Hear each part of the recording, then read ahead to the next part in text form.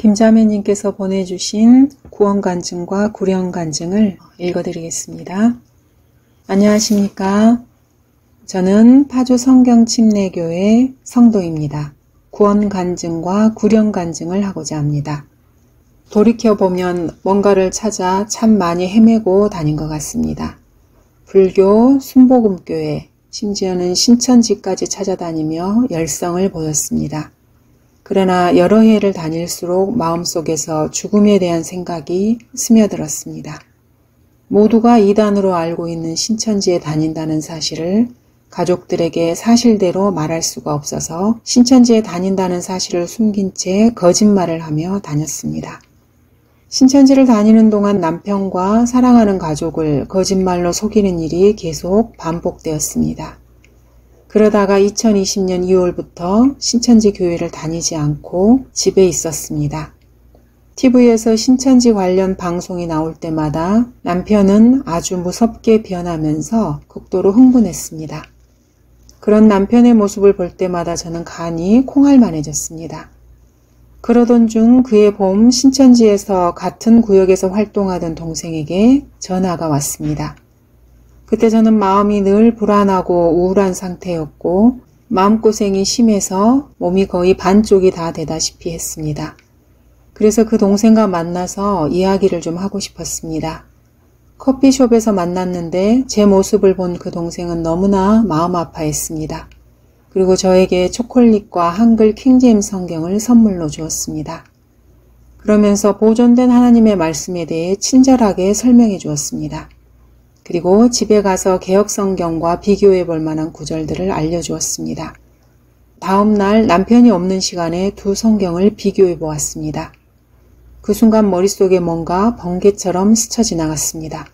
지금까지 제가 잘못된 곳에서 잘못된 것을 찾아 헤맸다는 것을 알았습니다. 그 동생의 권유로 제가 살고 있는 지역의 지역교회를 방문하게 되었습니다. 그날은 마치 하늘에서 모든 물을 다 쏟아붓듯 비가 내렸습니다. 3명이 같이 만나서 교회를 가기로 했는데 길이 엇갈려 서로를 찾느라 헤매었습니다. 겨우 만나 빗속에서 택시를 타고 갔습니다. 기사에게 가는 길을 설명했는데 엉뚱한 길로 가는 바람에 또 시간이 지연되었습니다. 저는 남편이 계속 마음이 쓰여서 마음에 걱정이 되고 불안했습니다. 여러 가지로 일이 꼬이고 마음도 불편한 상황에서 교회에 도착했고 그곳 지역교회 목사에게서 처음으로 복음을 전해들었습니다. 저 같은 죄인을 위해 하나님께서 육신을 입고 이 땅에 오셔서 십자가에서 피 흘려주심으로 저의 모든 죄가 제거된 사실을 알고 함께 영접 기도를 했습니다. 바로 그 순간 저는 구원을 받았습니다. 돌이켜보면 제가 구원받는 것을 막기 위해 그날 사탄이 그렇게 마음을 불안하게 하고 일이 계속 꼬이게 했던 것 같습니다. 그렇게 저는 2020년 6월 29일 오후 6시 30분에 주 예수 그리스도의 피로 구원을 받았습니다.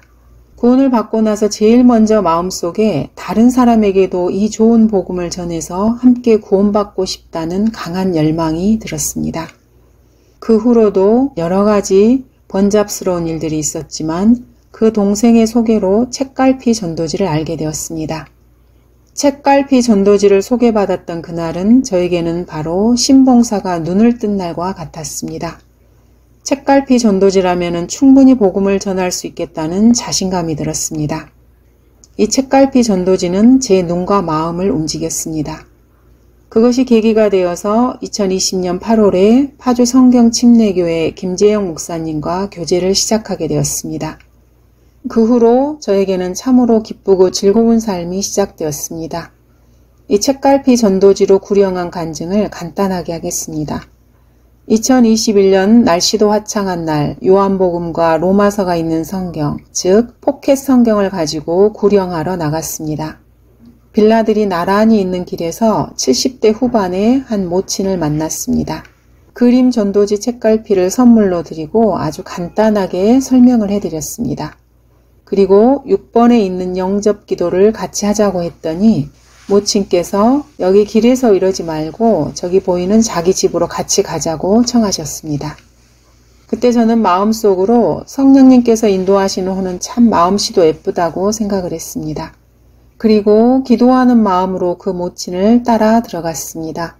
그 모친의 댁에 들어가서 다시 천천히 책갈피 전도지를 이용해서 복음을 설명해 드렸습니다. 모친은 아주 진지하게 경청하시더니 나도 교회 다녀요 이렇게 말씀하셨습니다.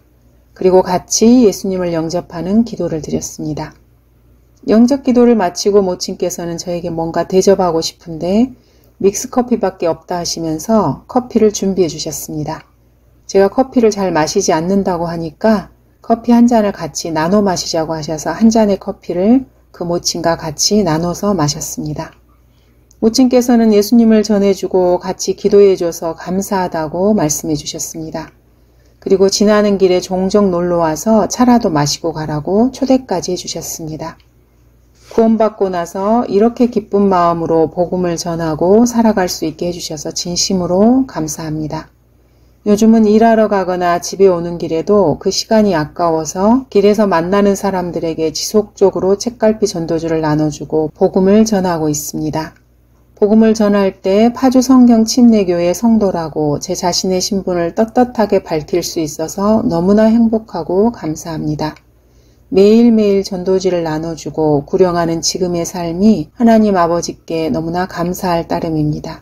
위대하신 하나님 아버지께 진심으로 감사드립니다. 감사합니다.